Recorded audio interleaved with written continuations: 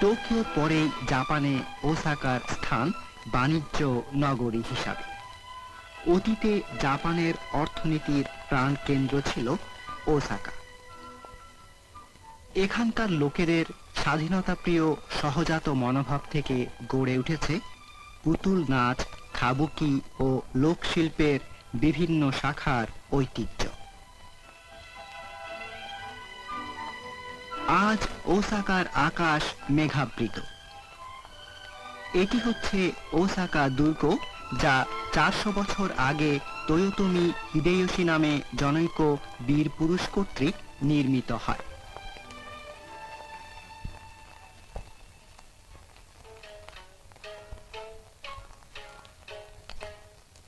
এই রাতে পররাষ্ট্র দপ্তরের ওসাকাস্থ জনসংযোগ বিভাগের কর্মাধ্যক্ষ মিস্টার নেমোতো প্রধানমন্ত্রীর জন্য কিয়োটোর একটি জাপানি রেস্টুরেন্টে বেসরকারিভাবে নৈশ ভোজের আয়োজন করেছিলেন।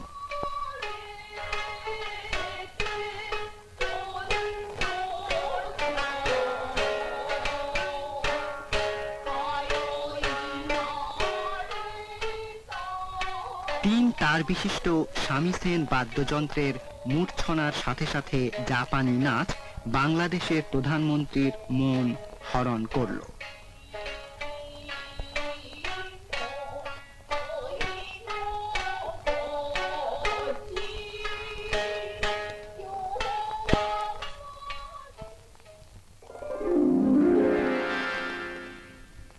দীর্ঘ 1000 বছরব্যাপী একটানা কিয়োটোই ছিল জাপানের রাজধানী। নগরীর শান্ত পরিবেশে মিয়াকো হোটেলে রাত্রি যাপন করে পরের দিন কিয়োটো নগর দর্শনে নিষ্ক্রান্ত হলেন প্রধানমন্ত্রী। কিয়োটোর গোশো বা প্রাক্কালীন রাজপ্রাসাদ। শিশিদের নামধারী এই কক্ষে অতীতে বহু গুরুত্বপূর্ণ রাষ্ট্রীয় অনুষ্ঠান সংঘটিত হয়েছে।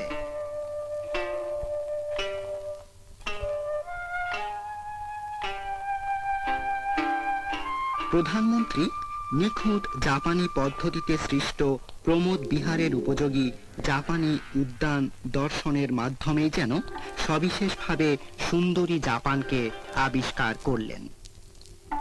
রাসেল ভাই ও রেহানা বোনের কৌতূহল পুকুরে পালিত বহু বর্ণের রুই মাছে।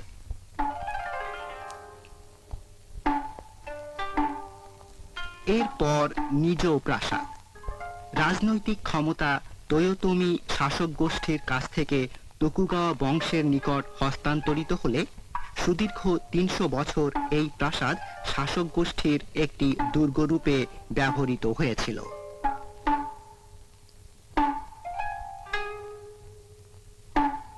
গাছে অবিকৃত প্রকৃতিলব্ধ পাথরে আর পানিতে বিশেষ মুড ফুটিয়ে তোলে জাপানের উদ্যান। গভীর এর সুষমা, সুদীর্ঘ এর সৌন্দর্যের ঐতিহ্য। সপরিজন প্রধানমন্ত্রী আহুত হলেন নিজ প্রাসাদের উদ্যানে জাপানি চা পান অনুষ্ঠানে। এই বৌদ্ধ মন্দিরটির নাম সানজু সান গেন্দো, অর্থাৎ 33 হাত লম্বা মন্দির। এর অভ্যন্তরে স্বর্ণাভ সহস্র বুদ্ধ মূর্তি রয়েছে।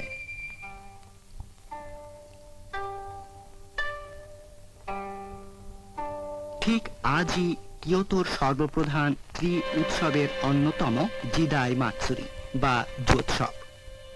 গত 1000 বছরের জাপানি সভ্যতা ও সংস্কৃতির তথা অঙ্গসজ্জার বিবর্তনের ইতিহাসকে উৎসব শোভাযাত্রার মাধ্যমে কিয়োটো দৃষ্টির সম্মুখে উপস্থিত করল।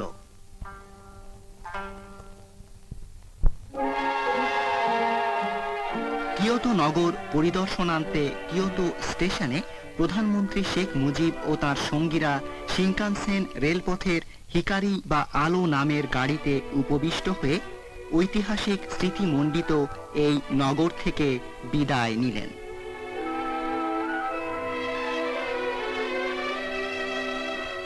1964-তে শিনকানসেনের নির্মাণ কাজ শেষ হয়।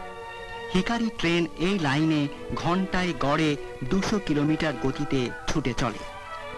ওসাকা ও টোকিওর মধ্যবর্তী 600 কিলোমিটার দূরত্ব অতিক্রম করতে এই ট্রেনের মাত্র 3 ঘন্টা সময় লাগে। বুলেট ট্রেন নামে পরিচিত এটি হচ্ছে বর্তমানে বিশ্বের দ্রুততম ট্রেন। আজকের আকাশ সুপ্রসন্ন, স্পষ্টভাবে দৃশ্যমান ফুজিয়ামা পর্বত প্রধানমন্ত্রীকেই যেন স্বাগত জানাচ্ছে। উচ্চতায় ফুজিয়ামা 3767 মিটার।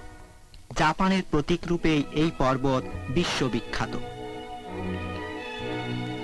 টোকিওয় ফিরে এসে প্রথম রাত্রি তেইকোকু হোটেলের ফুজিনোমা নামক কক্ষে জাপানস্থ বাংলাদেশ রাষ্ট্রদূত এক সম্বর্ধনা সভার আয়োজন করেছেন। প্রধানমন্ত্রীর পাশে রাসেল ভাইও ছোট্ট হাত বাড়িয়ে শুভেচ্ছা জানালো। বরফ কেটে গড়ে তোলা বাংলাদেশের জাতীয় পুষ্প কুমুদ সম্বর্ধনা কক্ষের মাঝখানে শোভা পাচ্ছে।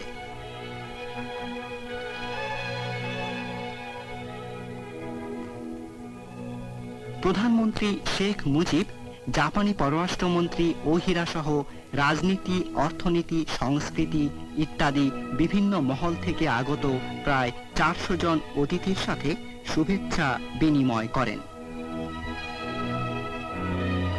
সভা সফলতার সাথে শেষ হলো।